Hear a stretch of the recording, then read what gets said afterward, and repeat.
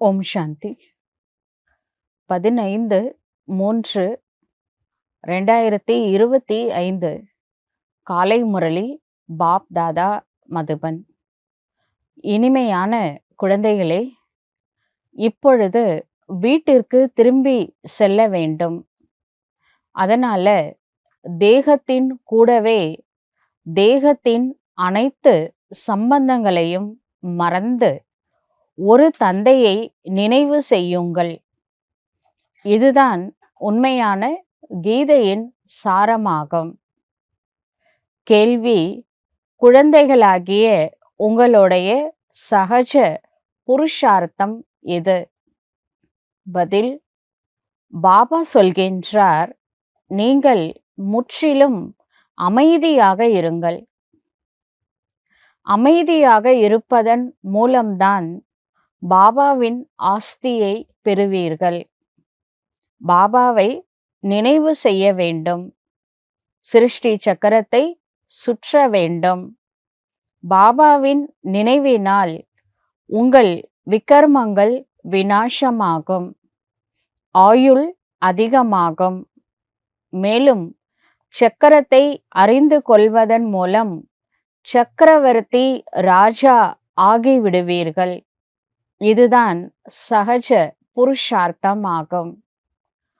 ஓம் சாந்தி. இனிமேலும் இனிமையான ஆன்மீக குழந்தைகளுக்கு ஆன்மீக தந்தை மீண்டும் புரிய வைத்துக் கொண்டிருக்கின்றார். தினந்தோறும் புரிய வைக்கின்றார். குழந்தைகளோ கல்பத்திற்கு முன் போலவே நாம் நிச்சயமாக கீதா ஞானத்தை படித்து கொண்டிருக்கின்றோம் என புரிந்து கொண்டு இருக்கின்றார்கள். ஆனால் கிருஷ்ணர் இந்த கீதையை கற்று தருவது கிடையாது. பரம்பிதா சிவ பரமாத்மா நமக்கு கீதா உபதேசம் அளித்து கொண்டு இருக்கின்றார். அவர்தான் நமக்கு மீண்டும் உண்மையான ராஜ யோகத்தை கற்று தந்து கொண்டு இருக்கின்றார். நீங்கள் இப்பொழுது நேரடியாக பகவானிடமிருந்து கேட்டுக்கொண்டு இருக்கின்றீர்கள்.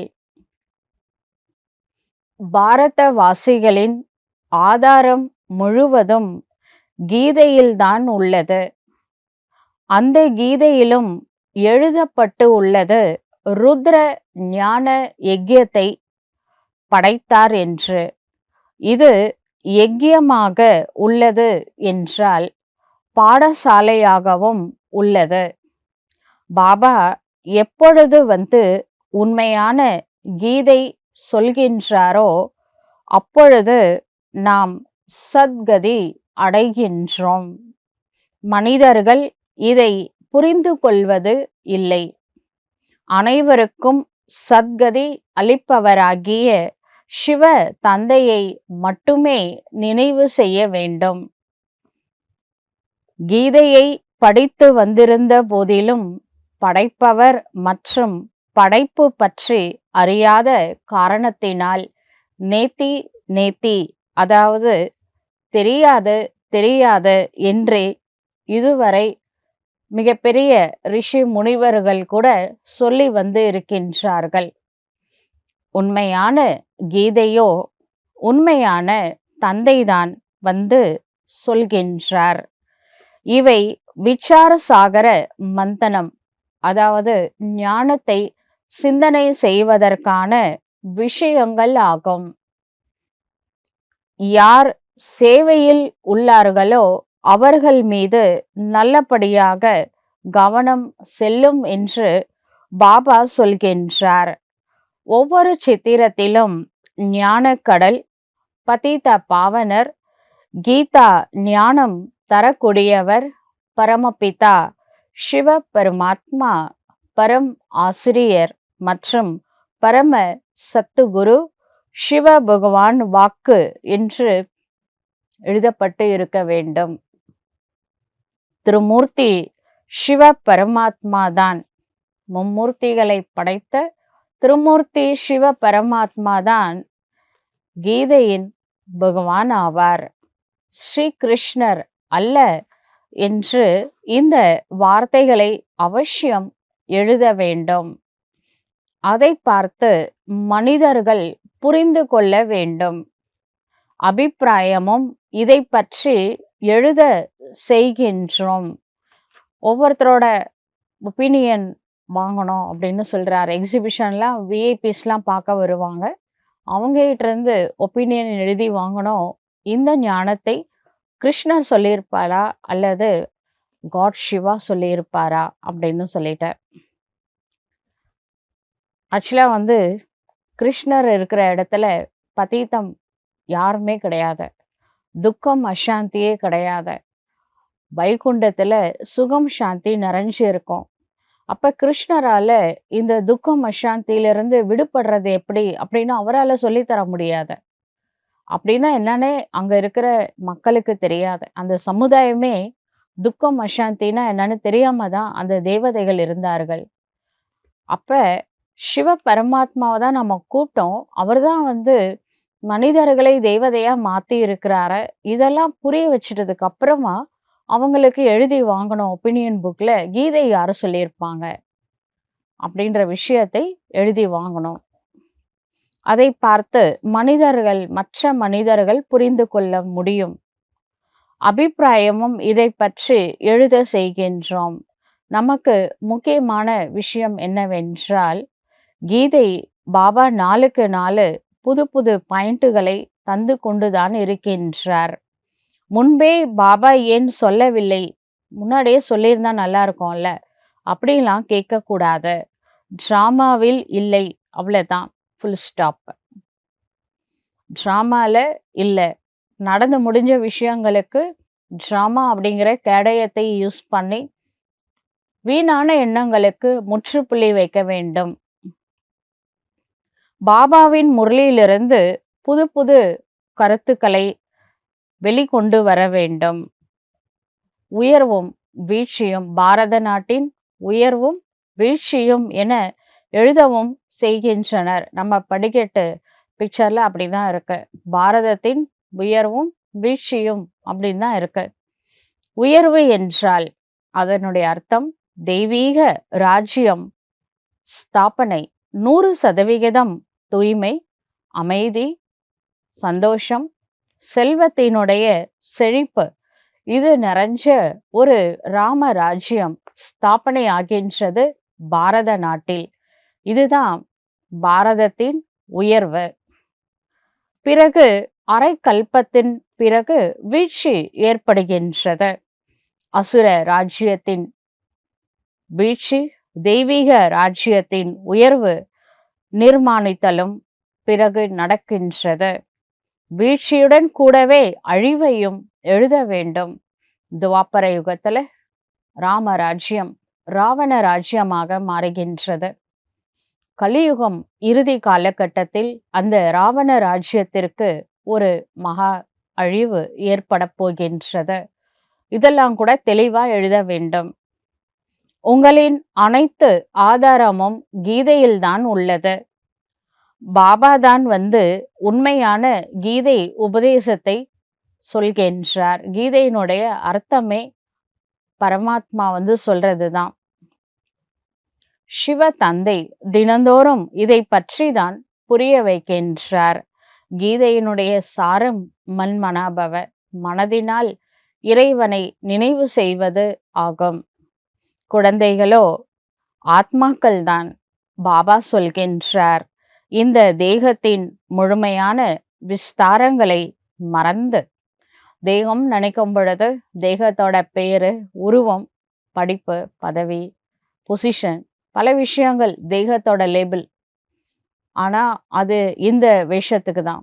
அடுத்த வேஷத்துல உருவம் மாறும், பேர் மாறும், தேசம் மாறும், காலம் மாறும், லாங்குவேஜ் மாறும், ஆண் பெண் எனக்கூடிய இனமும் மாறும், காஸ்ட் மாறும், ரிலீஜியன் மாறலாம், அப்பா அம்மா கூட மாறுவாங்க, சொந்த பந்தங்கள் மாறும், எல்லாமே மாறக்கூடியது.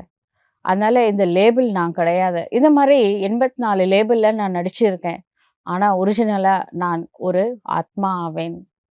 இந்த விஷயங்களை தான் நாம புரிய வைக்கணும். ஆத்மாவுக்கு அழிவு கிடையாது. தேகம் என்னைக்கா இருந்தாலும் ஒரு நாள் அழிய தான் போகின்றது. அதனால தேகத்தின் முழுமையான விஸ்தாரங்களை மறந்து தன்னை ஆத்மா என உணர்ந்து ஆத்மாவின் தந்தையை நினைவு செய்வதே ராஜயோகமாகும். ஆத்மா ஷரீரத்திலிருந்து தனியாக சென்று விடுகின்றது என்றால் அனைத்து சம்பந்தங்களும் மறந்து போகின்றன. வேற பர்த் எடுத்துட்டா இந்த வேஷத்தை கலைச்சிட்டதுக்கு அப்புறம் நம்மளுக்கும் அவங்களுக்கும் எந்த சொந்தமும் இல்லை. புது சொந்தக்காரங்களாம் வருவாங்க அந்த வேற வேஷம் போடும் பொழுது. ஆக பாபாவும் சொல்கின்றார், தேகத்தின் அனைத்து சம்பந்தங்களையும் புத்தியின் மூலமாக விட்டுவிட்டு தன்னை ஆத்மா என உணர்ந்து தந்தையாகிய என்னை நினைவு செய்யுங்கள். அதுக்கு அர்த்தம் உங்க கூட இருக்கக்கூடிய ரிலேஷனை கவனிக்க கூடாது, அவங்களுக்கு உடம்பு சரியில்லைன்னா திரும்பி கூட பார்க்க கூடாது, வீட்டில் கடமைகளை செய்யக்கூடாது, அப்படி கிடையாது. எல்லாமே செய்யணும். ஆனா ஆத்மான்னு புரிஞ்சுக்கிட்டு சகோதர ஆத்மாக்களுக்கு உதவி செய்றீங்க. உங்களுடைய கடமை அது. அது உங்கள தவிர வேற யார் செய்வாங்க? உங்களுக்குன்னு சில கடமைகள் இருக்கு. அதெல்லாம் செய்யணும். ஆனா, மனசால தன்னை ஆத்மா என உணர்ந்து தந்தையை நினைவு செய்து கொண்டே அந்த கடமைகளை செய்ய வேண்டும். இப்பொழுது உண்மையான வீட்டிற்கு செல்லக்கூடிய நேரம் நெருங்கிவிட்டது. அரை கல்பமாக திரும்பி செல்வதற்காகத்தான் இத்தனை பக்தி முதலியவற்றை செய்திருக்கின்றீர்கள். முக்தி அடையணும் அப்படின்னு சொல்லிட்டு எவ்வளோ சாமியார் பின்னாடி சுத்தி இருப்போம். இப்பதான் முக்தேஸ்வரை வந்து முக்தி அடையக்கூடிய மார்க்கத்தை கற்றுத்தருகின்றார். சத்தியுகத்துல யாருமே திரும்பி செல்வதற்கான முயற்சி செய்வதே கிடையாது. அங்கேயோ சுகத்தின் மேல சுகம்தான். எங்க பார்த்தாலும் ஹெல்த், வெல்த், ஹாப்பினஸ், உடல், மனம், பொருள் எல்லாமே சந்தோஷமா, செல்வ செழிப்போட நிம்மதியான ஒரு வாழ்க்கை, சந்தோஷமான ஒரு வாழ்க்கை. சத்தியுகம் திரேதாயுகத்துல ராஜாவிலிருந்து பிரஜைகள் வரைக்கும் உலகமே சுபிக்ஷமா இருந்தது. துக்கத்துல தான் இந்த மனுஷங்க கடவுளை நினைக்கிறாங்க. சுகமான நாட்கள்ல ஒரு நாள் கூட நம்மளுக்கு இவ்வளோ பெரிய ஒரு சொர்க்கத்தை படைச்சிட்டு போனார்ல, ஒரு நன்றி கூட நம்மளுக்கு கிடையாது. சத்தியுகத்துக்கு போன முதல் வேலையா கடவுளை மறந்துடுவோம். ஆனாலும் நம்மளுடைய சப்கான்ஷியஸ் மைண்டில் அவர் இருந்தார். அதனால தான் துவாபரயுகம் வந்த உடனே எமர்ஜி ஆகுது. அவருக்கு கோவில்லாம் கட்டணும்ல, சுத்தமாக மறக்கல, உள்ளுக்குள்ளே இருந்தது. துக்கம் வரும்போது எமர்ஜி ஆகுது. சுகத்தில் யாரும் நினைக்க மாட்டாங்க, இது மனித இயல்பு. ஆனால் சுகம் எப்பொழுது இருக்கும், துக்கம் எப்பொழுது இருக்கும், இதை வந்து யாராலும் புரிந்து கொள்ள முடியாத. நம்முடைய விஷயங்கள் அனைத்துமே குப்தமானவை. கடவுளே குப்தமா இருக்கிறாரு. அவர் சொல்லக்கூடிய இந்த ஞானமும் குப்தமானது. நாமும் ஆன்மீக சேனை இல்லையா? சிவபாபாவின் சிவசக்தி சேனையாவோம். இதன் அர்த்தத்தையும் யாரும் புரிந்து கொள்ள முடியாத. தேவிகள் முதலானவர்களுக்கு இவ்வளவு பூஜைகள் நடைபெறுகின்றன. ஆனால் யாருடைய வாழ்க்கை வரலாற்றையும் யாருமே அறிந்திருக்கவில்லை. யாருக்கு பூஜை செய்கின்றனரோ அவர்களின் வாழ்க்கை வரலாறை அறிந்திருக்க வேண்டும் இல்லையா? உயர்ந்தவரிலும் உயர்ந்தவராகிய சிவனுக்கு தான் அனைத்து புகழும் இருக்கின்றது. பிறகு பிரம்மா, விஷ்ணு, சங்கருக்கு, பிறகு லக்ஷ்மி நாராயண் பூலோகத்துல, ராதே கிருஷ்ணா குழந்தை பருவம், இவங்களுக்கெல்லாம் கோவில் இருக்கு. ராதே கிருஷ்ணாவுக்கும் இருக்கு, லக்ஷ்மி நாராயணனுக்கும் விஷ்ணுவுக்கு பெருமாள் கோவில் இருக்கு. வேறு யாரும் கிடையாது. ஒரே ஒரு சிவ பரமாத்மாவிற்கு தான் எத்தனை விதமான பெயர்களை வைத்து கோவில்களை கட்டியுள்ளார்கள். இப்பொழுது உங்களுடைய புத்தியில் முழு சக்கரமும் ஞாபகத்தில் உள்ளது. டிராமாவில் முக்கிய நடிகர்களும் உள்ளனர் இல்லையா? அது எல்லைக்குட்பட்ட டிராமா, இது எல்லைக்கு அப்பாற்பட்ட டிராமா ஆகும். இதுல முக்கியமானவங்க யார் என்பதை நீங்கள் அறிவீர்கள். மனிதர்களோ ராம் ஜி உலகம் உருவாகவே இல்லை என சொல்லிவிடுகின்றார்கள். இதை பற்றியும் ஒரு சாஸ்திரத்துல உருவாக்கியுள்ளனர். அர்த்தம் எதையுமே புரிந்து கொள்ளவில்லை. என்னெல்லாம் தோணுதோ அதெல்லாம் எழுதிடுறாங்க. உலகமே ஒரு மாயம்னு சில பேர் சொல்றாங்க. உலகம்னு ஒண்ணு ஏற்கனவே இருந்தது, இப்ப இருக்கு அப்படின்னு சொல்றாங்க. புதுசா யாரையும் உருவாக்கல அப்படின்னு சொல்றாங்க. என்னென்ன தோணுதோ அத்தனையும் சொல்றாங்க. உண்மை என்ன அப்படின்றது கடவுள் சொன்னதுக்கு அப்புறம் தான் நம்மளுக்கு தெரியுது. சிவ தந்தையின் குழந்தைகளாகிய உங்களுக்கு மிகவும் சகஜமான புருஷார்த்தத்தை இறைவனே வந்து கற்றுக் கொடுக்கின்றார். அனைத்தையும் விட சகஜமான முயற்சி. நீங்கள் முற்றிலும் அமைதியா இருங்க. சுப்பு ரஹோ அப்படின்னு சொல்றார். யார் என்ன சொன்னாலும் சொல்லிட்டோம். சில விஷயங்களுக்கெல்லாம் ப்ரூஃபே கிடையாது. அதுக்கு வந்து டைம், எனர்ஜிலாம் வேஸ்ட் தாட்ஸ் நெறைய ஓடும். இத சொல்லி ப்ரூஃப் பண்ணணும், அத சொல்லி ப்ரூஃப் பண்ணணும். எதுக்குமே ப்ரூஃப் கிடையாது. அதனால அமைதியாக இருப்பதன் மூலம் தான் பாபாவுடைய ஆஸ்தியை அடையலாம். இப்ப நம்மளுக்கும் சிவ பாபாவுக்கு தான் வேலை. அதனால நம்ம எவ்வளோ முடியுமோ சைலன்ட்டா இருக்கலாம். பாபாவை நினைவு செய்ய வேண்டும். சிருஷ்டி சக்கரத்தை நினைவு செய்ய வேண்டும். பாபாவின் நினைவினால உங்களுடைய விகர்மங்கள் விநாசமாகும். நீங்கள் நோயற்றவர்களாக ஆகிவிடுவீர்கள். பாபா இன்னைக்கு முரளியில வந்து பாபா சாக்கார முரளியில சொல்லியிருந்தாரு. அதாவது நம்ம நேச்சர் கியூர் பண்றதுக்காக சிவ் பாபா வந்திருக்கிறாரு.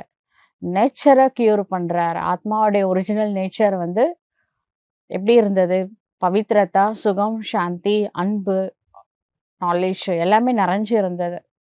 ஆனா இப்ப அந்த நேச்சர் வந்து மாறி இருக்கு. அசாந்தி, துக்கம், டென்ஷனு, கவலை அந்த நேச்சரை மாத்துறாரு. துக்கம், அசாந்தி, கவலை அந்த மாதிரி இருக்கிற நேச்சரை பயம், கஷ்டம் இதெல்லாம் மாத்தி சந்தோஷமான ஒரு வாழ்க்கை, அமைதியா, நிம்மதியா, சந்தோஷமா, அன்பா, எல்லாரோட ஒற்றுமையா, நேர்மையா, நல் ஒழுக்கத்தோட இருக்கக்கூடிய நேச்சரை பாபா கொண்டுட்டு வராரு. அந்த நெகட்டிவ் நேச்சரை மாத்தி பாசிட்டிவ் நேச்சரா கொண்டுட்டு வராரு. எப்ப நம்மளுக்குள்ள நேச்சர்ல அதாவது நம்மளோட சுபாவம், சம்ஸ்காரத்துல பரிவர்த்தனை ஏற்படுகின்றதோ அதுதான் சுய பரிவர்த்தனை. அந்த சுய பரிவர்த்தனையின் மூலமாக நம்மளுடைய உடல் பரிவர்த்தனை ஆகும். உலகம் பரிவர்த்தனை ஆகும். எல்லா மனிதர்களும் பரிவர்த்தனை ஆவாங்க. முதல்ல என்னோட சுபாவத்தை நான் மாற்றிக்கொள்ள வேண்டும். சுய பரிவர்த்தனை தான் உலக பரிவர்த்தனைக்கு ஆதாரம். உலகம் மாறினா நான் மாறுவேன் அப்படி இல்லை. நான் மாறணும். அதுல ஃபர்ஸ்ட் ஸ்டெப்பு நான் வரலாம். இந்த நான் வந்து நன்மை தரக்கூடிய நான். சக்கரத்தை அறிந்து கொள்வதன் மூலமாக சக்கரவர்த்தி ராஜாவாக ஆக முடியும். இப்பொழுது நரகத்திற்கு ராஜாவா இருக்கிறோம். பிறகு ஸ்வர்க்கத்தின் மாலிக்காக ஆவோம். ஸ்வர்க்கத்தின் மாலிக்காகவோ அனைவருமே ஆகின்றனர். பிறகு அதில் உள்ளது பதவியின் வேறுபாடு ஆகும். எவ்வளவு உங்களை போல மற்றவர்களை ஆக்குகின்றீர்களோ அவ்வளவு உயர்ந்த பதவி இறைவனை அளிப்பார். அவினாஷி ஞான ரத்தினங்களின் தானமே செய்யவில்லை என்றால் பிரதிபலனாக என்னதான் கிடைக்கும்? யாராவது பணக்காரர் ஆகின்றார்கள் என்றால் இவர் முன் ஜென்மத்துல தானம், புண்ணியம் போன்ற நல்ல செயலை செய்திருக்கின்றார் என்று அர்த்தம். பணக்காரங்களை பார்த்து சில பேர் சொல்றாங்க மிடில் கிளாஸ், இவங்க எந்த பிறவில என்ன புண்ணியம் பண்ணாங்களோ, நல்ல அந்த வீட்டில் போய் பிறந்திருக்காங்க பார்த்தீங்களா, நல்ல ராயலா பணக்கார வீட்டில் போய் பிறந்திருக்காங்க, ஏதோ புண்ணியம் பண்ணியிருக்காங்க அப்படின்னு சொல்றாங்க. சில குழந்தைங்க பிளாட்ஃபாரத்தில் போட்டுக்க ட்ரெஸ் இல்லாமல் கஷ்டப்படும், சாப்பிட்றது கூட சாப்பாடு இல்லாமல். இந்த குழந்தை பாவம் என்ன பாவம் செஞ்சதுன்னே தெரியல, இந்த மாதிரி ஒரு பிளாட்ஃபார்மில் இருக்கு அப்படின்னு சொல்றாங்க. ஆனா அவரவர் செய்த கர்மா அவரவரை தொடர்ந்து செல்கின்றது அப்படின்ற கர்ம பிலாசபி, ஊழ்வினை உறுத்தி வந்து ஊட்டும் அப்படின்ற ரகசியம் இறைவன் நமக்கு புரிய வைக்கின்றார். எப்படி இருந்தாலும் கர்மால தப்ப முடியாது. நல்லது செஞ்சுட்டு நல்லா இருக்கலாமே, அதுதான் பாபா சொல்லி கொடுக்குறாரு. எவ்வளோ கூடுமான வரைக்கும் நல்லது செய்யுங்க. மனசை அமைதியா வச்சுக்கோங்க. நல்லது செய்யுங்க, அமைதியா வச்சுக்கோங்க. இது மட்டும் செஞ்சுட்டே வாங்க. எதிர்காலம் பிரைட் ஃபியூச்சர் வந்து பிகேஸ்க்குலாம் பாபா குடுக்க போறாரு. நல்லது மட்டும் செய்யுங்க. எண்ணம், சொல், செயல்ல. ஏன்னா, பிகேஸ் தவறு செஞ்சா 100 மடங்கு பனிஷ்மெண்ட்டும் இருக்கு. நம்ம பாபா தானே அப்படின்னு நினைக்கக்கூடாது. நல்லது செய்யணும். ஸ்ரீமத்துக்கு உட்பட்டு செய்யணும். ராவண ராஜ்யத்துல எல்லாருமே பாவம் தான் செய்றாங்க. முக்கியமான காரணம் மனிதர்கள் பாடி கான்ஷியஸ்ல தேக உணர்வுல இருக்கிறதுனால தான் அந்த தவறுகள் நடக்கின்றன. அதனால பாபா சொல்றாரு, ஆத்ம உணர்வுக்கு வாங்க. அப்பதான் நம்மளுடைய நேச்சர்ல பரிவர்த்தனை ஏற்படும். ஆத்மாவுடைய நேச்சர் வேற, உடல் நினைக்கும் பொழுது வரக்கூடிய நேச்சர் வேற. தண்ணியோட நேச்சர் வேற, நெருப்போட நேச்சர் வேற. ஆத்மான்னு நினைக்கும் பொழுது நம்ம சாந்தமா இருப்போம், சந்தோஷமா இருப்போம், எல்லார்கிட்டயும் அன்பா இருப்போம், கருணை உள்ளம் இருக்கும், மத்தவங்கள மன்னிச்சுடுவோம். இதெல்லாம் வந்து ஆத்மாவுடைய குணங்கள்.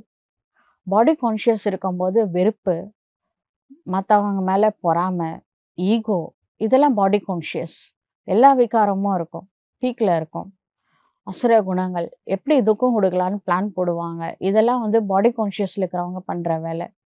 சோல் கான்ஷியஸ்ல இருக்கிறவங்க நல்லது மட்டும்தான் செய்வாங்க.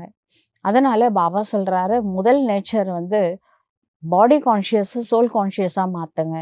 தேக உணர்வை ஆத்ம அபிமானியா மாத்துங்க. அப்ப நம்மளுடைய நேச்சர்ல பரிவர்த்தனை ஏற்படும். குணங்கள்ல பரிவர்த்தனை ஏற்படும்.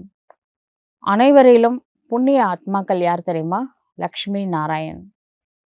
ஆம், அனைவரையும் யார் உயர்த்துகின்றார்களோ பிராமணர்களை உயர்வானவர்களாக உருவாக்கியுள்ளார்கள். அதுவோ பிராலப்தம். அதாவது இதே லக்ஷ்மி நாராயண் முற்பிறவில பிரம்மா சரஸ்வதியாக இருந்து முயற்சி பண்ணாங்க. பாபாவுடைய கண்ணுக்கு லக்ஷ்மி நாராயணை விட உயர்ந்தது பிரம்மா சரஸ்வதி தான். தேவதைகளை விட உயர்ந்தவர்கள் பிராமணர்கள். பிரம்மா முக்கு வம்சாவளி பிராமணர்கள். இந்த பிரம்மா முக்கு வம்சாவளி பிராமண குல பூஷன் ஸ்ரீமத் படி இந்த சிரேஷ்ட காரியத்தை செய்கின்றனர். நம்ம பாபா சொல்லி தான் எல்லாம் செஞ்சிட்டு இருக்கிறோம். அவனின்றி ஒரு அணுவும் அசையாதுன்னு சொல்றாங்க. எல்லாமே அவனின்றி தான் அசைஞ்சிட்டு இருக்கு. இந்த பிகேஸ்ல கூட யாரோடைய கனெக்ஷன் இறைவனோட இருக்கோ அவங்க தான் பாபா நினைக்கிற மாதிரி செய்யறாங்க. யாரோட ஃப்ரீக்குவன்சியோட இறைவனோட ஃப்ரீக்குவன்சி மேட்ச் ஆகுதோ அவங்க தான் ஸ்ரீமத் படி இடைவிடாமல் நினைவு செய்கின்றார்கள். இப்ப அவங்களுக்கு எல்லாமே புரியுதுல. திருமூர்த்தி பிரம்மா என சொல்கின்றார்கள். இப்பொழுதோ நீங்கள் ஒவ்வொரு விஷயத்திலும் திருமூர்த்தி சிவன் என்று சொல்ல வேண்டும். மும்மூர்த்திகளை படைத்தது சிவன். பிரம்மா மூலம் ஸ்தாபனா, சங்கர் மூலமாக வினாஷ். இதுதான் பாடல் இல்லையா? விராட ரூபத்தையும் உருவாக்கி இருக்கின்றார்கள். ஆனால் இந்த விராட ரூபத்துல சிவனை காட்டவே இல்லை, பிராமணர்களையும் காட்டவில்லை. விராட ரூபத்துல சங்கர் காமிச்சிருப்பாங்க. தலையா இருக்கும்ல. அதுக்கப்புறம் வந்து சங்கர் வந்து அதுல தலையில ஒரு தலை சங்கரை காமிச்சிருக்காங்க. தேவதைகளுடைய தலைகள்லாம் காமிச்சிருப்பாங்க. ஷோல்டரா இருக்கும், கையா இருக்கும். அதெல்லாம் திரேதாயுகம். அதுக்கப்புறம் தோல் வலிமை நிறைந்த க்ஷத்திரியர்கள். வயிறு வந்து வைஷ்யர்கள், பிசினஸ் பண்றது. கால் பாதம் வந்து சூத்திரர்கள், ஹார்ட் ஒர்க் பண்றது. எல்லாமே ஹார்ட் ஒர்க் ஆயிடுச்சு. மனசு நிம்மதி கொண்டுட்டு வர்றது கூட ஹார்ட் ஒர்க் பண்ண வேண்டியதா இருக்கு. ஒரு சந்தோஷமா இருக்கிறதுக்கு ஹார்ட் ஒர்க் பண்ண வேண்டியதா இருக்கு. இதெல்லாம் சூத்திரர்களுடைய நிலைமை. இந்த காலத்துல இருக்கக்கூடிய அனைத்து மனிதர்களும் சூத்திரர்கள் தான். கடைசியில இறைவன் வந்து சூத்திரர்களை பிராமணர்களாக கன்வெர்ட் பண்றாரு. பிரம்மா முக்கு வம்சாவளி பிராமணர்கள் அப்படின்னா பிரம்மா வாய் மூலமா யாரெல்லாம் ஞானத்தை கேட்டு பிராமணர்கள் ஆகுறாங்களோ அவர்கள் தான் வருங்கால தேவதைகள் ஆவார்கள். இது வந்து சீக்ரெட். என்ன சீக்ரெட்டு? வருண ரகசியம். இது தெரியாம துவாபர யுகத்துல என்ன பண்ணிட்டாங்க, வருணாசிரம தர்மம் அப்படின்னு சொல்லிட்டு ஒரே டைம்ல பிராமணர்கள் ஒரு குரூப்பு, க்ஷத்திரியர்கள் ஒரு குரூப்பு, வைஷ்யர்கள் ஒரு குரூப்பு, சூத்ரர்கள் ஒரு குரூப். அவங்க தேவதைகளை விட்டுட்டாங்க. இந்த 4த்தையும் காமிச்சிருக்காங்க வருணாசிரம தர்மத்துல. இது கீதையில இருக்கு. ஒரு ஒரு பிராமணர்கள்னா அவங்களுடைய கடமை என்ன? அந்த நாடு நல்லா இருக்கணும். அவங்களுக்காக ப்ரே பண்ணணும். வேதங்கள் படிக்கணும், மத்தவங்களுக்கு சொல்லிக் குடுக்கணும், பூஜை பண்ணணும். இதெல்லாம் பிராமணர்களோட தர்மம். க்ஷத்திரியர்கள் நாட்ட பார்த்துக்கணும். தேவதைகள் பிசினஸ் கொண்டுட்டு வரணும். நாட்ட வந்து பொருளாதார துறையில வளர்ச்சி அடைய வைக்கணும். அதுக்கப்புறம் வந்து க்ஷத்திரியர்கள் வந்து மத்த எதிரி நாட்டுல இருந்து தன்னுடைய நாட்டை பாதுகாக்கணும். படை பலம் அவங்க கையில இருக்கும். அதுக்கப்புறம் சூத்திரர்கள் மத்த ஹார்ட் ஒர்க்லாம் பண்ணணும். இப்படியா வந்து துவாபர யுகத்துல பிரிக்கப்பட்டு இருந்தது. இது பிரிச்சது சாக்ஷாத் மனுஷங்க தான், கடவுள் கிடையாது. கடவுள் வந்து புரிய வைக்கிறாரு. ஒவ்வொரு ஆத்மால இந்த 5 தர்மங்கள் இருக்கு. ஒவ்வொரு ஆத்மாவுமே குட்டிக்கரண விளையாட்டு மாதிரி இந்த 5 தர்மங்களை கிராஸ் பண்ணுது. சத்தியுகத்துல வந்து சத்தோ பிரதான அவஸ்தால இருக்கும் பொழுது ஆத்மா தேவ ஆத்மாவா இருந்துச்சு. திரேதாயுகம் வரும்பொழுது அதே ஆத்மா க்ஷத்ரிய ஆத்மாவா மாறுது. துவாபர யுகம் வரும்பொழுது அதே ஆத்மா துவாபர யுகத்துல வைஷ்யமா மாறுது. கலியுகத்துல அதாவது மனிதாபிமானம் இருக்கும். கலியுகத்துல சூத்திரர்களா மாறுது. அதனுடைய அர்த்தம் வந்து அதாவது நெகட்டிவ் தாட்ஸு, வேஸ்ட் தாட்ஸு அதிகமா இருக்கக்கூடியவர்கள் சூத்திரர்கள். கடைசியில இப்போ கடவுள் வந்திருக்கிறாரா, சூத்திரர்களை பிராமணர்களா மாத்துறாரு. இதே சூத்திரர்கள் தான் இறைவனால தேர்ந்தெடுக்கப்பட்டு பிராமணர்களா கன்வெர்ட் ஆகுறாங்க. அவங்க மனசுல வரக்கூடிய தாட்ஸ் வந்து எலிவேட்டட் தாட்ஸா இருக்கும். அவங்க மூலமா இந்த உலகத்திற்கு பாப விமோச்சனம் கிடைக்க போகுது.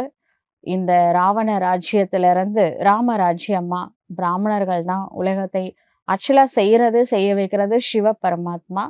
இன்ஸ்ட்ருமெண்ட் பிராமணர்கள், பிரிகேஸ். அதுக்கப்புறம் மீண்டும் இந்த உலகத்தில் ராமராஜ்யம், தேவதைகள் வந்துருவாங்க. இந்த சைக்கிள் தான் வருண ரகசியம். இது எல்லைக்கு அப்பாற்பட்ட ரகசியம். இத கடவுளே வந்து தான் சொல்ல வேண்டியதா இருக்கு. இதையும் குழந்தைகளாகிய நீங்கள் மற்றவர்களுக்கு சரியான முறையில புரிய வைக்கணும். சாஸ்திரத்துல என்ன இருக்கு, உண்மை என்ன அப்படிங்கிறதை புரிய வைக்கணும். மத்தபடி ஆத்மால வந்து இவங்க பிராமன், லௌகீக பிராமன். அவங்க நினைக்கிறாங்க எல்லா பர்த்லயுமே இவங்க பிராமணாவே பிறப்பாங்க. சூத்திரர்கள் அப்படின்னா இவங்க எல்லா பர்த்லயுமே சூத்திரர்களா தான் பிறப்பாங்க. அதெல்லாம் கிடையாதுங்க. நம்ம கர்ம அனுசாரம் தான் நம்ம பிறவி எடுக்கிறோம். இதெல்லாம் வந்து மனிதர்களால உருவாக்கப்பட்டது. ஒரு சில தவறுகள் சாஸ்திரத்துல இருக்கிறதுனால இன்னைக்கு எல்லாருமே கஷ்டப்பட வேண்டியது சூழ்நிலையில இருக்கிறோம். அது சரி பண்றதுக்காக கடவுள் வந்திருக்கிறாரு. சிலரது புத்தியில வந்து இதெல்லாம் ரெக்கார்ட் ஆகுது. சிலரோட புத்தியில ஒரு காதுல கேட்கும்போதே அந்த காதுல முக்கியமான பாயிண்ட் எல்லாம் கோட்ட விட்டுறாங்க. பாபா வந்து நிறைய பாயிண்ட் சொல்லிட்டே தான் இருக்கிறாரு. ஒவ்வொரு நாளும் ஒரு புது பாயிண்ட் நம்மளுக்கெல்லாம் சொல்றாரு. அதை நாம வந்து மிஸ் பண்ணக்கூடாது. எது புதுசா இருக்கோ அதை நல்ல தாரணை பண்ணணும். ஒரு பொழுதும் மறக்கக்கூடாது. மனுஷங்க சொல்றதெல்லாம் ஞாபகம் வச்சுக்கிறோம்ல. சுட்டு போட்டா கூட மறக்க மாட்டேன்னு சொல்லுவோம். ஆனா அப்படின்னா என்ன அர்த்தம்? அந்த உடம்பையே சுட்டு போட்டா கூட சுடுகாட்டுல வச்சு, அன்னைக்கு வரைக்கும் நான் மறக்காம வச்சுப்பேன் அப்படின்னு மனுஷங்க குடுத்த துக்கத்தை ஞாபகம் வச்சுக்கிறாங்க. கடவுள் நம்மளுக்கு எவ்வளோ நல்ல நல்ல அருமையான கருத்துக்கள் குடுக்குறாரு. இது வந்து நம்ம கூட அவிநாஷி, அழிக்க முடியாத ஞானம் இது. இத வந்து நாம எப்பவுமே ஞாபகத்துல வச்சுக்கணும். மனுஷங்க சொன்னத இன்னைக்கே இந்த செகண்டே மறந்துருங்க. மன்னிப்போம், மறப்போம். ஆனா கடவுள் சொன்னத ஒரு காலத்திலும் மறக்கக்கூடாது. ஏன்னா இறைவன் நம்மளுடைய நல்லதுக்காக சொல்றாரு, உண்மைய சொல்றாரு. உண்மை சில சமயம் கசக்க தான் செய்யும். ஆனாலும் இது உண்மை. சத்திய வாக்கு, சிவன் வாக்கு. அந்த தலைப்புகள்லாம் சொல்றாங்க. எத்தனை தலைப்பு பேசுறாங்க. அ உண்மையான கீதை பகவானிடமிருந்து கேட்பதால் தான் மனிதரிலிருந்து தேவதையாக, உலகத்தின் மாலிக்காக ஆகிவிடுகின்றார்கள். தலைப்பு எவ்வளவு நன்றாக உள்ளது. ஆனால் புரிய வைப்பதற்கு, புரிந்து கொள்வதற்கு கூட புத்தி வேண்டும். கல்லு புத்தினா இவ்ளோ பாபா சொன்னா கூட உள்ள இறங்காது. அதனால புத்தி லைன் கிளியரா இருக்கணும். தங்க புத்தியா மாறணும். சொல்றாங்க இல்லையா, சிங்கத்தோட பால் வந்து தங்க பாத்திரத்துல தான் தங்குமா. மத்த பாத்திரத்துல ஓட்டையே போட்டுட்டு போயிடுமா. அதனால நம்ம சிவ தந்தை சிங்கத்துக்கு சமம். ஞான சிங்கம் அவரு. அந்த சிங்கத்தோட பால் வந்து நம்ம மனசு, புத்தி எல்லாம் தூய்மையா இருந்தா தான் அப்படியே தங்கும். இதை பார்த்து மனிதர்கள் புரிந்து கொண்டு கேட்க வேண்டும். இப்ப பாபா சொல்றாரு, இது எவ்ளோ சுலபமான விஷயம்.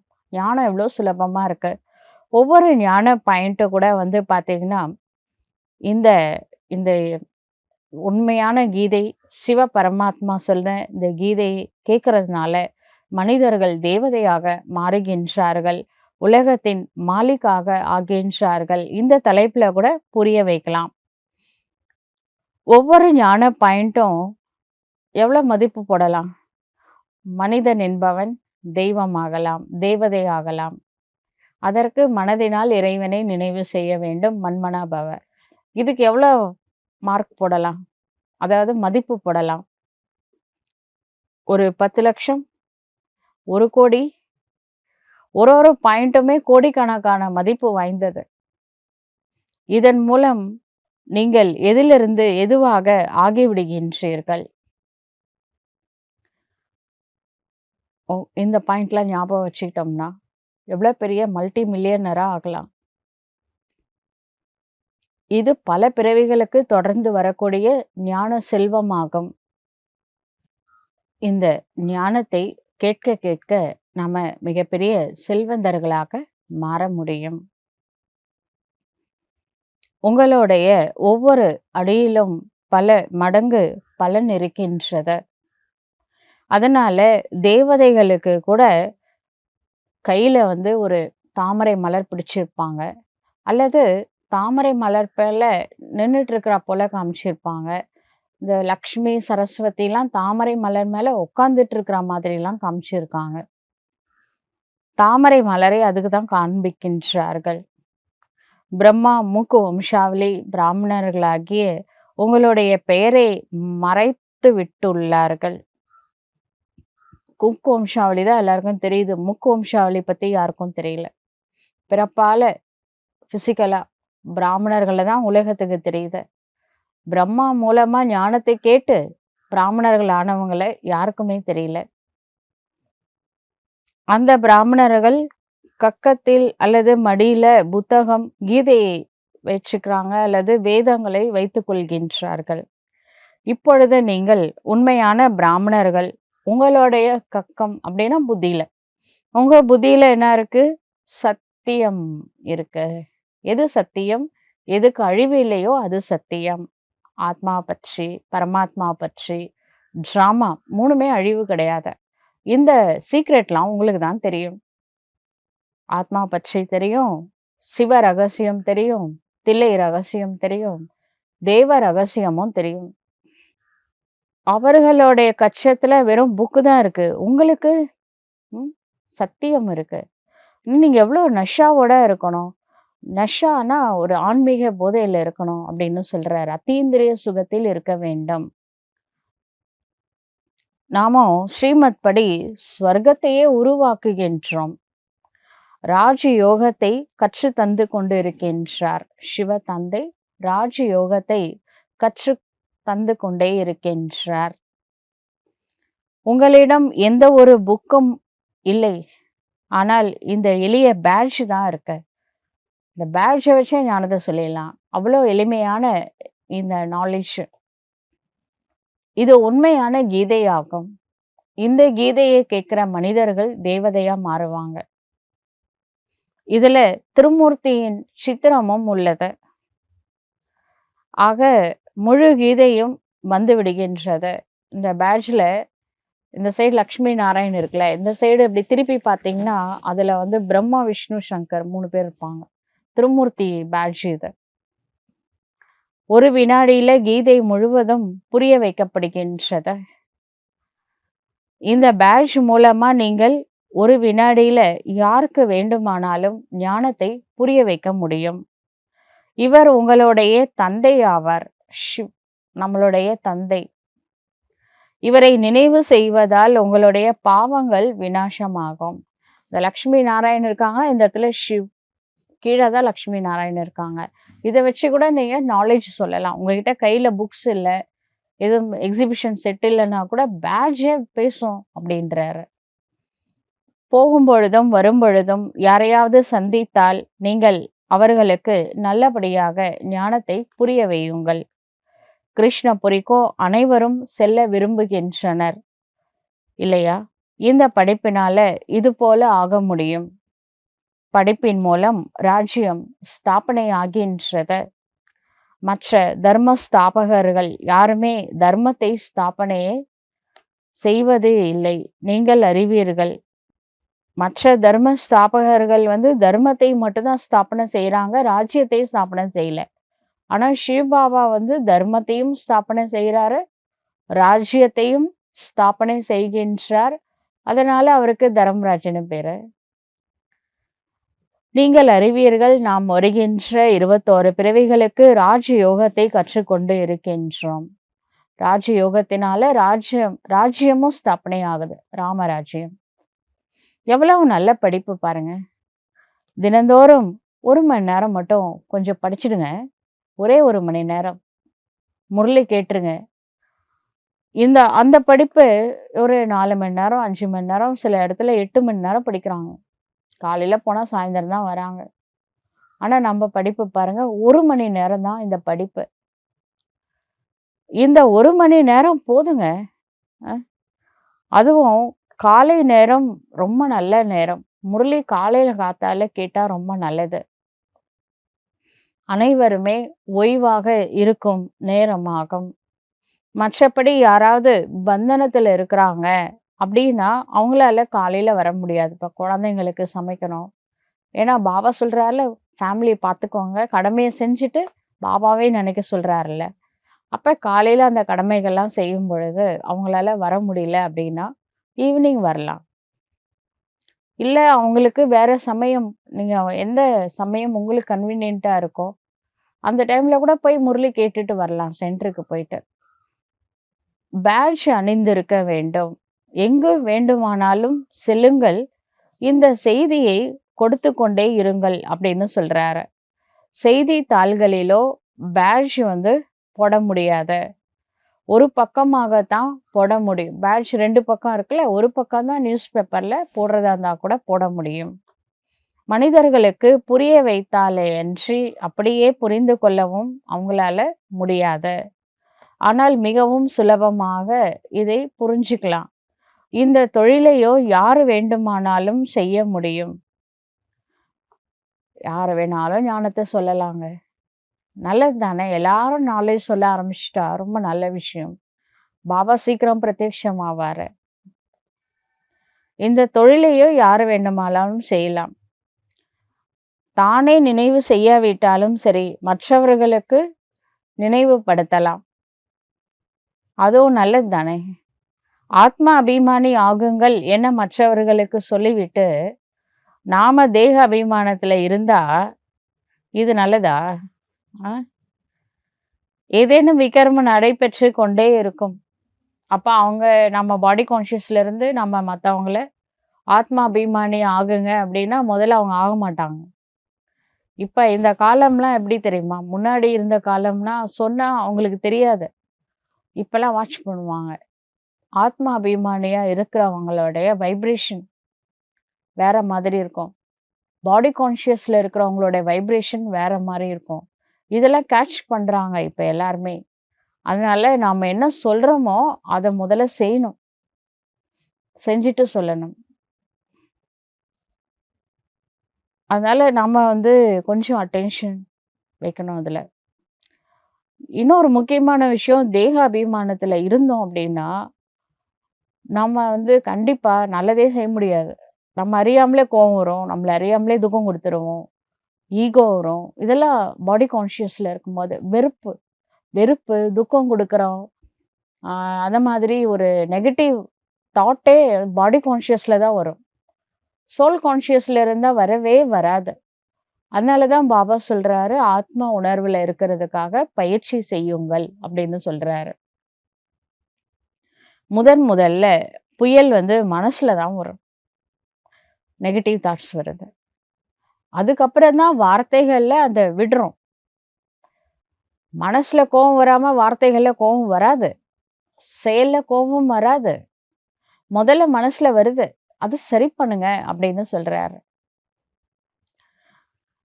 மனசுல ரொம்பவே வருது. வர்றதெல்லாம் செய்றது இல்ல. இருந்தாலும் மனசுல வர்றது தப்பு தான் அப்படின்னு சொல்றார். அதைப் பற்றி பிறகு புத்தியின் மூலம் முடிவு செய்ய வேண்டும். மனசுல வேஸ்ட் தாட்ஸ், நெகட்டிவ் தாட்ஸ் வந்தா புத்தி வந்து கேள்வி கேட்கணும். மனமே, நீ மனதை சரண்டர் பண்ணிட்டேன்னு சொல்றியே பாபாவுக்கு. இப்போ உன் மனசுல வேஸ்ட் தாட்ஸ் வரலாமா? அப்படின்னு புத்திக்கு முழு உரிமை இருக்கு கேள்வி கேட்கறதுக்கு. மத்தவங்க கேட்கக்கூடாது. நம்ம யார் சொன்னாலும் தான் கேட்க மாட்டோமே!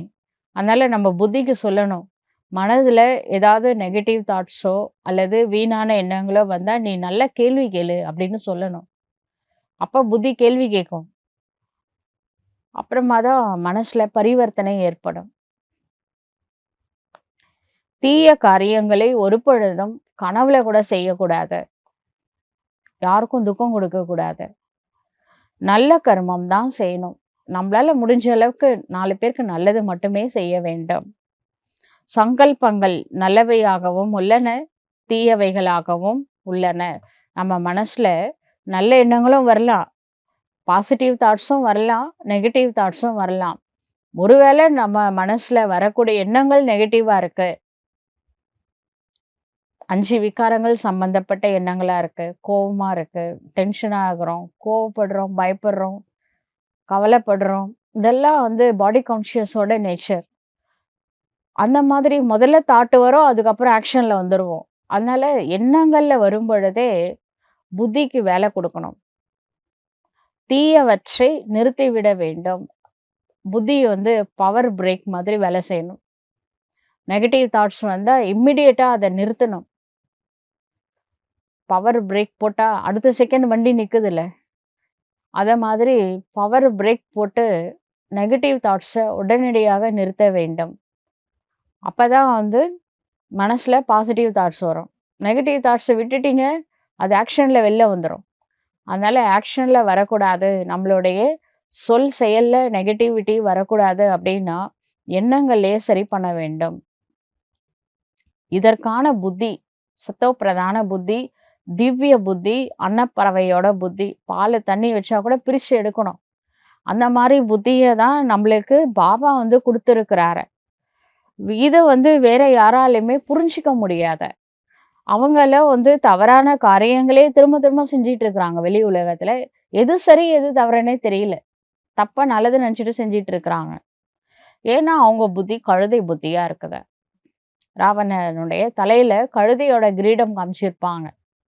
கிரீடத்துக்கு மேல கழுதை தலை இருக்கும். ஏன்னா, இன்றைய மனிதர்கள் பாடி கான்ஷியஸ்ல யாரெல்லாம் இருக்கிறாங்களோ, அவங்களோட புத்தி கழுதை புத்தி. சோல் கான்ஷியஸ்ல இருக்கிறவங்களோட புத்தி வந்து அன்னப்பறவையோட புத்தி. இப்ப கழுதை புத்தி என்ன பண்ணும்? கழுதைக்கு தெரியுமா கற்பூர வாசனை அப்படின்னு சொல்லுவாங்க. அவங்க செய்றது எல்லாமே தப்பா தான் இருக்கும். டெசிஷன் தப்பா எடுப்பாங்க. பகுத்தறியும் சக்தி வேலை செய்யாது. அப்ப அவங்க எடுக்கிறது எல்லாமே தவறா இருக்கும். அப்ப அவங்க செய்யக்கூடிய செயலும் தவறா தான் இருக்கும். நல்ல புருஷார்த்தத்தினால சரியான காரியங்கள் நடைபெறுகின்றன. பாபாவோ ஒவ்வொரு விஷயத்தையும் மிக தெளிவாக, நன்றாக புரிய வைத்துக் கொண்டே இருக்கின்றார். நல்லது. இனிமேலும் இனிமையான தேடி கண்டுபிடிக்கப்பட்ட செல்ல குழந்தைகளுக்கு தாயும் தந்தையும் ஆகிய பாப் தாதாவின் அன்பு நினைவுகள் மற்றும் காலை வணக்கம். ஆன்மீக குழந்தைகளுக்கு ஆன்மீக தந்தையின் நமஸ்காரம். ஆன்மீக தந்தைக்கு ஆன்மீக குழந்தைகளின் நமஸ்காரம். தாரணைக்கான முக்கிய சாரம். இந்த ஒவ்வொரு அவினாஷி ஞான ரத்தினமும் லட்சம் கோடி ரூபாய் மதிப்பு வாய்ந்தது ஆகும். இவற்றை தானம் செய்து ஒவ்வொரு அடியிலும் பல மடங்கு வருமானத்தை சேமிக்க வேண்டும். தன்னை போல் மற்றவர்களை ஆக்கி உயர்ந்த பதவி பெற வேண்டும். 2வது பாயிண்ட். விக்கர்மங்களிலிருந்து தன்னை பாதுகாத்துக் கொள்வதற்காக ஆத்ம அபிமானியாக இருப்பதற்கான முயற்சி செய்ய வேண்டும். மனதில் எப்பொழுதாவது தீய சங்கல்பங்கள் வந்தால் அவற்றை உடனடியாக நிறுத்திவிட வேண்டும். நெகட்டிவ் தாட் வந்தா பவர் பிரேக் தான். நல்ல விதமான சங்கல்பத்தை பாசிட்டிவ் தாட்ஸ் மனதில் ஓட்ட வேண்டும். ஏன்னா எண்ணங்கள் தான் சொல்லாகவும் செயலாகவும் மாறுகின்றன. நெகட்டிவ் தாட்ஸை இம்மிடியட்டா நிறுத்திடுங்க. கர்ம இந்திரியங்களால எந்த ஒரு தவறான காரியங்களையும் செய்யக்கூடாத வரதானம். ஆன்மீக தன்மையின் பிரபாவத்தின் மூலமாக ஃபரிஷ்தா நிலையின் மேக்கப் செய்யக்கூடிய அனைவருடைய சிநேகி ஆகுக.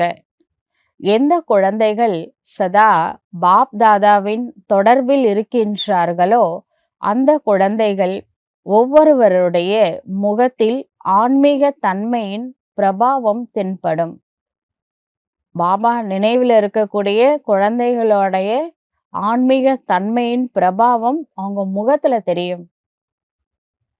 அளவிற்கு தொடர்பின் நிறமானது ஒட்டி கொள்கின்றது. எவ்வளோ ஃபேஸ்ல தெரியுதோ அவ்வளோ அவங்க சோல் கான்ஷியஸ்ல இருக்காங்க, சுப்ரீம் சோலோட நினைவில் இருக்கிறாங்கன்னு அர்த்தம். இந்த ஆன்மீக தன்மையில் இருப்பதனால் ஃபரிஷ்தா நிலையின் மேக்கப் தானாகவே வந்து விடுகின்றது. எவ்வாறு மேக்கப் போட்டுக்கொண்ட பிறகு ஒருவர் எந்த மாதிரியாக இருந்தாலும் அவங்க மேக்கப் போட்டதுக்கு அப்புறம் மாறிடுறாங்கல்ல. மேக்கப் செய்வதனால அழகாயிடுறாங்க. அது மாதிரி நீங்க ஃபரிஷ்தா நிலையில இருந்தீங்கன்னா உங்க முகம் ஜொலிக்க ஆரம்பிச்சிடுமா. மேக்கப் போட்டுக்க சொல்றாரு, அவரே பர்மிஷன் கொடுக்குறாரு. அது என்ன மேக்கப்னா ஆன்மீக மேக்கப். பியூட்டி பார்லர் போயிடாதீங்க. இது சிவபாபா சொல்லக்கூடிய முரளி ப்ளஸ் யோகா, முக்கியமா ஆத்ம உணர்வு. இதில் இந்த பயிற்சியெல்லாம் இருந்தது அப்படின்னா ஆட்டோமேட்டிக்கா என்ன ஆகும்னா ஆன்மீக மேக்கப் நடக்கும். இந்த ஆன்மீக மேக்கப் அனைவருடைய சிநேகிதராக ஆக்கிவிடும். ஸ்லோகன் சொல்றாரு, பிரம்மச்சரியம், யோகா மற்றும் தெய்வீக குணங்களின் தாரணையே உண்மையான முயற்சியாகும். உண்மையான முயற்சினா பிரம்மச்சரியம், யோகா மற்றும் தெய்வீக குணங்களின் தாரணை, இவைதான் உண்மையான முயற்சியாகும். மாதேஸ்வரி அவர்களின் விலை மதிக்க முடியாத மகா வாக்கியம் கர்ம பந்தனத்திலிருந்து விடுபடுவதற்கான முயற்சி. நாம் என்ன செய்ய வேண்டும், எப்படி கர்ம பந்தனத்திலிருந்து விடுபட வேண்டும் என்று பல மனிதர்கள் கேள்வி கேட்கின்றார்கள். எல்லாருக்கும் பலவிதமான பந்தனம் இருக்குல்ல, அதிலிருந்து விடுபடுறதுக்கு என்ன பண்ணலாம் அப்படின்னு கேட்குறாங்க. இப்பொழுது ஒவ்வொருவரின் ஜாதகமும் பாபாவிற்கு தெரியும். இப்ப ஒவ்வொருத்தரும் 84 வேஷம் போட்டிருக்காங்க. 84 வேஷத்துல எப்படி நடிச்சிருக்கோம், ஃபுல் ஜாதகம், ஜாதக கட்டுன்னு சொல்லுவாங்க. 84 வேஷ கட்டு சிவபாபாட்ட இருக்கு, ஒவ்வொரு பிகேஸோட கட்டு. ஒரு முறையாவது மனதார தன்னுடைய அனைத்தையும் பாபாவிடம் அர்ப்பணம் செய்து விட வேண்டும். நம்மளுக்கு போன பிறவிலாம் ஞாபகம் இல்லை, இந்த லாஸ்ட் வேஷம் மட்டும் தான் ஞாபகம் இருக்கு. இந்த பிறவில நடந்த விஷயங்கள் எல்லாத்தையும் பாபாட்ட எழுதி என்னெல்லாம் ஞாபகம் இருக்கோ சின்ன வயசுல இருந்து இன்னைக்கு வரைக்கும் நடந்த அனைத்து விஷயங்களையும் பாபாவிடம் மனசால எழுதி ஒப்படைத்து விட வேண்டும். இது நம்ம ஜாதகம். நம்மளுக்கு நினைவு தெரிஞ்ச நாள்ல இருந்து என்னெல்லாம் தப்பு செஞ்சிருக்கோம் அப்படின்றத ஒரு லெட்டர் எழுதணும். தன்னையே பாபாவிடம் ஒப்படைத்து விட வேண்டும். இது குழந்தைகளின் கடமையாகும். மனசுல எதுக்காக எழுத சொல்றாங்க அப்படின்னா, மனசு பாரமா இருந்தா கடவுளை நெருங்க முடியாது. மனசு பாரமாகிறதுக்கு காரணம் தான் செஞ்ச தவறுகளை அடிக்கடி யோசிக்கிறதுனால, மற்றவங்களோட தவறுகளை யோசிக்கிறதுனால. 2 விஷயமும் மனசை பாரமாக்கும். மற்றவங்களோட தவறு அவுட் ஆஃப் கண்ட்ரோல், நம்ம கண்ட்ரோல் கிடையாது. ஆனா என்னோட தவறுகளை நான் சரி பண்ணணும், இது என் கையில இருக்கு. அதனால மற்றவங்களுடைய தவறுகளை பற்றி நாம யோசிச்சு அதனால நம்ம ஃபீல் பண்ண வேண்டிய அவசியம் இல்லை, அது கடவுள் பார்த்துப்பாரு. என்னுடைய தவறுகளை நான் சரி பண்ணணும் அப்படின்னா நான் முதல்ல லெட்டர் எழுதணும் ஃபர்ஸ்ட் பாபாவுக்கு. அதுக்கப்புறம் சரி பண்ணணும். முதல்ல ரியலைசேஷன், அதுக்கப்புறம் டிரான்ஸ்ஃபார்மேஷன். பிறகு அவர் ஒவ்வொருவரையும் பார்த்து நீங்கள் என்ன செய்ய வேண்டும் என்று ஆலோசனையும் கொடுப்பார். நம்மளுக்குள்ள எப்படி டிரான்ஸ்ஃபார்மேஷன் கொண்டுட்டு வருவது, சுய மாற்றம் எப்படி கொண்டு வருவது, அது பாபா சொல்லுவாரு, முரளியில சொல்லுவாரு. அதற்கு வேண்டிய சக்தி யோகா பண்ணும்போது கொடுப்பாரு. ஆதரவைக்கு கூட ஆதரவு நடைமுறையில் எடுக்க வேண்டும். மற்றபடி சொல்லிவிட்டால் போதும், நாம் செய்வதை செய்து கொண்டே இருப்போம். பாபா சொல்லிட்டே இருக்கட்டும், நான் எப்படி இருக்கிறேனோ அப்படியே இருப்பேன் அப்படிலாம் நினைக்க கூடாது. தந்தை சாக்காரத்தில் இருக்கின்றார் என்றால் குழந்தைகளும் கூட ஸ்தூலத்துல தந்தை, குரு, ஆசிரியரின் உதவியை பெற வேண்டும். கட்டளை கிடைத்து விட்டது, ஆனால் கடைபிடிக்க முடியவில்லை என்றாலும் கூட நன்மை ஏற்படாது. ஆகையினால கட்டளை கடைபிடிக்க வேண்டும் என்றால் கூட தைரியம் வேண்டும். இதை நடத்தக்கூடியவர் தந்தையாக இருக்கின்றார். இவர்களுக்கு எதில் நன்மை இருக்கின்றது என்று இறைவனுக்கு நல்லாவே தெரியும். ஆகையினால கர்ம பந்தனத்திலிருந்து எவ்வாறு விடுபடுவது என்று அவர் டைரக்ஷன் கொடுக்கின்றார். பிறகு குழந்தைகளின் நிலைமை என்னவாகும் என்று கவலை யாருக்கும் இருக்கக்கூடாது. குழந்தைங்க இருக்கிறாங்கன்னா உங்க கடமை குழந்தைங்களை பார்த்துக்கிறது தான். சில பேர் நினைக்கிறாங்க இந்த குழந்தைங்களெல்லாம் பாபாட்ட கொடுத்துட்டு நான் சரண்டர் ஆயிடுறேன் அப்படின்னு நினைக்கிறாங்க. பாபா அப்படி ஏத்துக்க மாட்டார். பாபா என்ன சொல்றாருன்னா, உங்களுடைய கடமைகளை செய்யுங்க, குழந்தைங்களை பார்த்துக்கோங்க, பாபா நினைவுல இருந்து பார்த்துக்கோங்க. இதுல யாரும் வீடு வாசலை துறக்க வேண்டிய அவசியமே இல்லை அப்படின்னு பாபா சொல்றாரு. இந்த நாடகத்துல சில குழந்தைகள் வீடு வாசலை துறப்பதற்கான நடிப்பு என்பது இருக்கின்றது, அவ்வளவுதான். ஒருவேளை இந்த நடிப்பு இல்லை என்றால் உங்களுக்காக என்ன சேவை இப்பொழுது உள்ளதோ அதை யார் செய்வார்கள்? இப்பொழுது விட்டு விடுவதற்கான விஷயமும் இல்லை. ஒருவேளை பரமாத்மா உடையவராக ஆகிவிடுங்கள், பயப்படாதீர்கள், தைரியம் வையுங்கள். மற்றபடி யாரு பயப்படுறாங்களோ அவங்க தானும் குஷியாக இருக்க மாட்டார்கள், மேலும் பாபாவின் உதவியாளராகவும் இருக்க மாட்டார்கள். ஃபேமிலின்னு இருந்ததுன்னா அவங்க சரண்டர் ஆகணும், பாபா கிட்ட சேவை பண்ணணும்னு அவசியம் இல்லை. ஃபேமிலியை பார்த்துக்கிட்டே பேலன்ஸ் வைங்க. அந்த மாதிரி ஃபேமிலி இல்லை, உங்களுக்குன்னு எந்த கடமையும் இல்லை அப்படின்னா பாபா வீட்டில் சேவை பண்ணலாம் வித் பர்மிஷன். நிமித்தமாக இருக்கக்கூடிய சகோதரிகள்கிட்ட கேட்டுட்டு எதுவாக இருந்தாலும் டெசிஷன் எடுங்க. அவசரப்பட்டு டெசிஷன் எடுக்க வேணாம். மற்றபடி ஃபேமிலி இருந்தால் அந்த ஃபேமிலியை நல்லபடியாக பார்த்துக்கோங்க. அதுக்கே பாபா உதவி செய்வார். சரண்டர் ஆகிட்டு தான் சேவை பண்ணணும்னு அவசியம் இல்லை, குடும்பத்திலிருந்து கூட சேவை பண்ணலாம். அதனால பாபாவுடைய உதவியாளராக இருக்கணும்னா சந்தோஷமாக பாபாவுடைய சேவை பண்ணணும், அவ்வளோதான். அவரை எதிர்பார்க்கறது அவ்வளோதான். இங்கு யார் பாபாவின் முழுமையான உதவியாளராக ஆக வேண்டும் அப்படின்றது அவரு உண்மையே சொல்ல போனா சரண்டர் ஆகிறது அவ்வளோ ஈஸியான சப்ஜெக்ட் கிடையாது. இங்க வாழ்ந்து கொண்டே யாரை இறந்து விடுகின்றார்களோ, உயிரோட இறக்குறாங்களோ அவங்களாலதான் சரண்டர் ஆயிட்டு பாபாவுடைய உதவி செய்ய முடியும். அது கொஞ்சம் டஃப் தான். அதனால நீங்க என்ன பண்ணுங்க, வீட்டுல இருந்துகிட்டே முயற்சி பண்ணுங்க, அது போதும் அப்படின்றாரு. எங்கேயாவது சிக்கி கொண்டால் அதுக்கப்புறம் பாபா உதவி அளித்து விட்டு சென்று விடுவார். ஆகையினால பாபாவுடன் மனம், சொல், செயலில் உதவியாளராக ஆக வேண்டும். இதுல சிறிதளவு கூட பற்றுதல் என்பது இருக்கக்கூடாது. பாபான்னு வந்தாச்சுன்னா பற்று அங்க இருக்கக்கூடாது. பற்று இருந்ததுன்னா வரவேணாம் அப்படின்றார். அங்க இருந்துகிட்டே பேலன்ஸ் வச்சுக்கோங்க. கீழே விழ வைத்து விடும் பற்று. ஆகையினால தைரியம் வைங்க, முன்னேறி சென்று கொண்டே இருங்கள். தைரியம் குறையும் பொழுதுதான் குழப்பம் ஏற்படுகின்றது. ஆகையினால தனது புத்தியை முழுமையாக தூய்மையானதாக ஆக்கிக் கொள்ள வேண்டும். விக்காரத்தோட அம்சம் சிறிதளவுக்கு கூட இருக்கக்கூடாது. நாம் செல்லும் பாதை வெகு தொலைவில் இருக்கின்றதா என்ன? சக்தியின் உதவியை பெற்றுவிட்டால் பயம் இருக்காது, டயர்ட்னஸ் இருக்காது, களைப்பும் இருக்காது. நல்லது. ஓம் சாந்தி.